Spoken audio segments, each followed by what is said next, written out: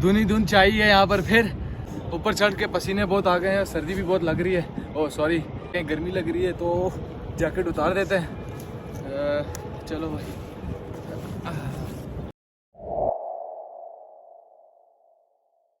तो सुबह सुबह का टाइम है और यहाँ पर मैं आया हूँ क्योंकि मैं अभी जिम से फारिग हुआ था, तो मेरा दिल चाह रहा था कि कुछ करूँ, मैं थोड़ा सा रोमांसिज्म हासिल करूँ। और एक अजीब सी कैफियत थी, तो सोचा मैंने चलते हैं कुछ एक्सप्लोर करते हैं, या चलते हैं कहीं घूमते फिरते हैं और दिल का गुबार हल्का करते हैं। तो पहाड़ कह रहे थे आ जाओ तुम सनम, तुम्हें हमारी कसम।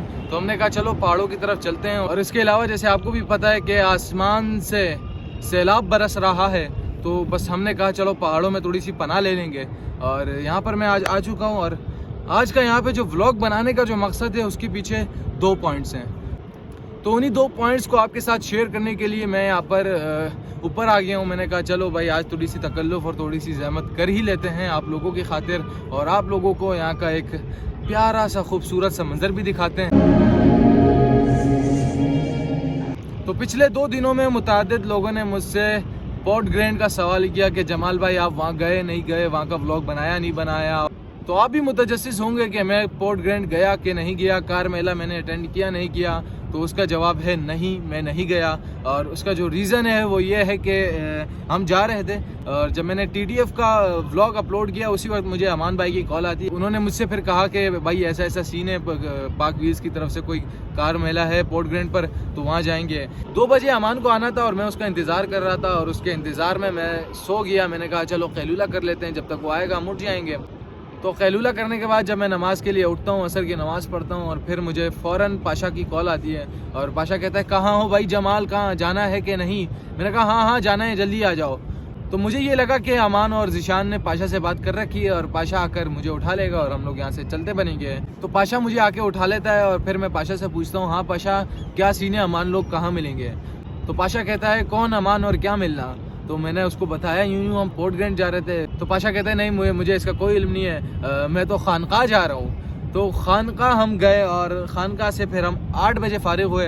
तो 8 बजे हमारा गेट टुगेदर हुआ। तो आप भी जानते हैं कि शहर के हालात कैसे हैं, तो हमने बाहमी मुशावरत के बाद ये फैसला किया कि पोर्ट ग्रैंड जाने की कोई ज़रूरत नहीं है, और वैसी भी देर हो चुकी है। तो चलते हैं, आपको दूसरा व्यू दिखाता हूँ और उसमें आपसे बात करता हूँ। खानकाह में मैंने एक बात सीखी जो मैं चाहता हूँ कि आपको भी बताऊँ, वो ये कि जब तक शम्मा के पैरहन को किसी चिंगारी से भड़काया ना जाए और मोमबत्ती को आग ना लगाई जाए, तो मोमबत्तियाँ और शम्मे अंधेरे कमरे में और अंधेरे में किसी काम की नहीं। अगर हम माचिस लें और माचिस को रगड़ें, उसको तकलीफ़ और ऐज़ा पहुँचाएँ और आखिरकार उसको आग लगा दें और उसकी आग से फिर हम मोमबत्ती या शम्मा में मुंतकिल करें, तो एक शम्मा से दूसरा शम्मा फिर जलता रहेगा और ये सिलसिला नस्ल दर नस्ल चलता रहेगा। अल हासिल कलाम ये कि आप और मैं चाहते हैं कि अच्छाई का बोलबाला हो और अच्छाई की पजीराई हो, मगर मैं और आप ऐसा करते नहीं क्योंकि हम सुस्त और काहिल हो गए। आपने भी सुना होगा कि जितने भी बड़े ख्वाब हों और जितने भी बड़े आइडियाज़ हों, वो कुछ भी नहीं जब तक एग्जीक्यूशन ना हो।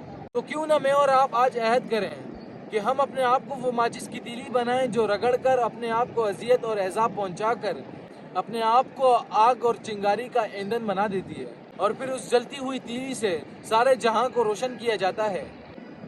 आज से मैं और आप ये अहद करते हैं कि तमाम अच्छाइयों को हम अपने आप से शुरू करेंगे, और अच्छाई सिर्फ ये नहीं कि मैं और आप नेक काम करें, बल्कि अच्छाई ये भी है कि हम बुरे कामों से खुद को भी रोकें और दूसरों को भी रोकें, अपने नफ्स के ख़िलाफ़ लड़ें और अच्छाई और बुराई में फ़र्क करें और तमीज़ करें।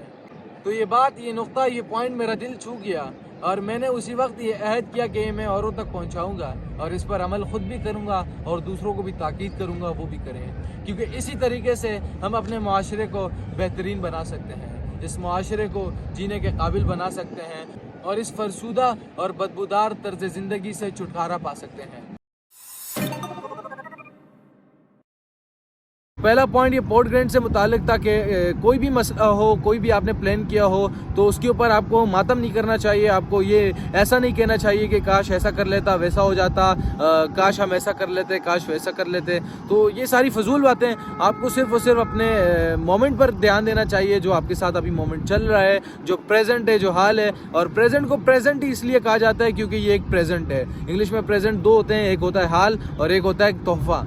तो जो हाल है ये हमारे लिए एक तोहफा है, इसको एंजॉय करें और क्योंकि ये दोबारा लौट कर नहीं आएगा। मेरा जिशान का, पाशा का और अमान का बैठकर एक साथ गपशप लगाना, खाना पीना करना, उसको अगर मैं कंपेयर करूं, उसका मैं मुवाजना करूं पोर्ट ग्रैंड की सैर और सियाहत पर और उसके व्लॉग पर, तो मुझे अपना पलड़ा भारी नज़र आता है क्योंकि वो टाइम हमने बहुत इंजॉय किया एक साथ बैठकर। इसलिए मुझे ख़ास इतना रिग्रेट नहीं है पोर्ट ग्रैंड ना जाने का। इंशाल्लाह पोर्ट ग्रैंड के मौके आते जाते रहेंगे, फिर कभी वहाँ का व्लॉग बनाएंगे। और दूसरा पॉइंट खानकाह से मुताल्लिक है कि आपको दुनिया को बेहतर बनाने के लिए सबसे पहले अपने आप से शुरुआत करनी होगी। तो खानकाह वाले पॉइंट में मैं मज़ीद वज़न डालने के लिए मौलाना जलालुद्दीन रूमी का एक कौल आपके साथ शेयर करूंगा।